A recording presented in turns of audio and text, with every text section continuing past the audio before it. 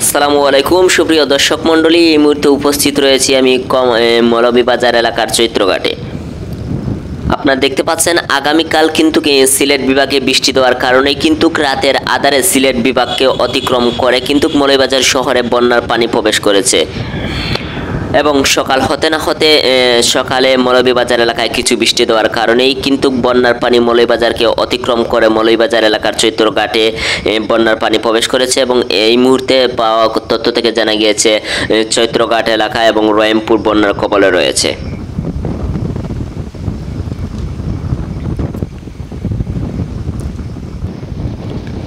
আমাদের পাওয়া সংবাদ থেকে জানা গিয়েছে আগামীকাল বা আজকে রাতের আধারেই কিন্তু মুন্সিবাজার এলাকায় বন্যার পানি প্রবেশ করতে পারে, তাই সবাইকে সতর্ক থাকার জন্য অনুরোধ করা হচ্ছে।